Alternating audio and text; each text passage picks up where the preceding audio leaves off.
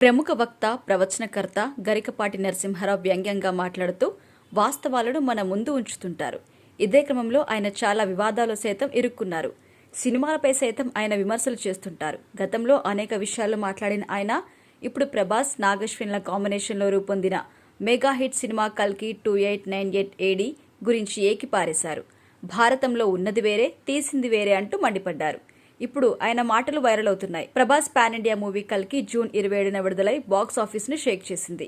వైవిధ్యమైన back drop లో దర్శకుడు నాగశ్విన్ రూపొందించిన ఈ మూవీ దేశవ్యాప్తంగా ఉన్న ప్రేక్షకుల్ని వేరే యూనివర్స్ కి తీసుకెళ్లింది. ప్రధానంగా కథను మోపింది అశ్వత్థామ పాత్రధారి అయిన అమితాబ్ బచ్చన్ అయినా ప్రభాస్ చరిష్మాతోనే ఓపెనింగ్స్ వచ్చాయి అన్నదే నిజం. ఇక కమల్ హాసన్, దీపికా పదుకునే, శోభన, పశుపతి, దిశా పటాని వంటి భారీ తారగణం కూడా ఉండడంతో ఆడియన్స్ కు ఐ పీస్లా అనిపించింది ఈ మూవీ.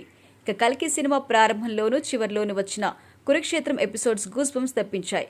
అయితే టికెట్ రేటు భారీగా ఉండడంతో మళ్లీ చూడాలి అనుకున్న ప్రేక్షకులు కాస్త వెనక్కి తగ్గారు. అయితేనేం ఇప్పుడు ఓటీటీలో రిపీట్ మోడ్ లో చూస్తున్నారు. ఇక సినిమా రిలీజ్ టైంలో సోషల్ మీడియాలో అర్జునుడు, కర్ణుడు పాత్రలు, వాటి మధ్య సన్నివేశాల గురించి తెగ డిస్కషన్ జరిగింది.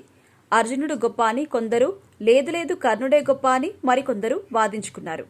అయితే ఆ టైము దాటిపోయింది. ఇప్పుడు ఇంతకాలానికి ప్రముఖ ప్రవచనకారుడు గరికపాటి నరసింహారావు కల్కి సినిమాపై విమర్శలు చేసి మళ్లీ సినిమాని వార్తల్లోకి ఎక్కించారు.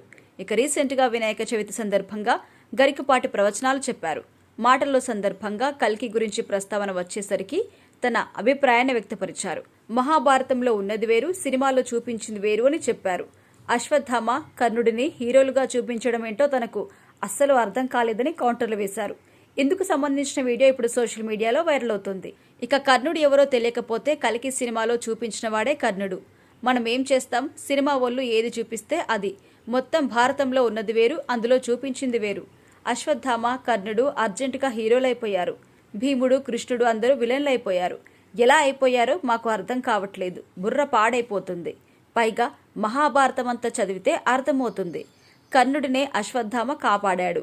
అశ్వత్థామని కర్ణుడు ఎప్పుడు ఒక్కసారి కూడా కాపాడలేదు. ఆ అవసరం కూడా రాలేదు. అశ్వత్థామ మహావీరుడు. ఇక్కడేమో ఆచార్యపుత్ర ఆలస్యమైంది అనే డైలాగ్ పెట్టారు. ఎక్కడి నుంచి వచ్చిందో తెలియదు. మనకి ఏది కావాలంటే అది పెట్టేయడమే. ఒక 1000 రూపాయలు ఎక్కువిస్తే డైలాగ్ రాసేవాడు రాసేస్తాడు కదా అని గరికపాటి అన్నారు. ఇక గరికపాటి కామెంట్స్పై కొందరు తిరిగి కామెంట్స్ చేస్తున్నారు. గతంలో వచ్చిన పౌరాణిక గాథలు సైతం వాస్తవికతకు ఆమడ దూరంలో ఉంటాయని గుర్తు చేస్తున్నారు. ఇదే క్రమంలో నాగశ్విన్ కూడా అలాగే సినిమాను తీశారు అని చెబుతున్నారు. సినిమాటిక్ లిబర్టీ వాడారు అని అంటున్నారు. ఇదే క్రమంలో దీనికి సమాధానం సినిమా టీం నుండి వస్తుందా అనేది ఆసక్తికరంగా మారింది.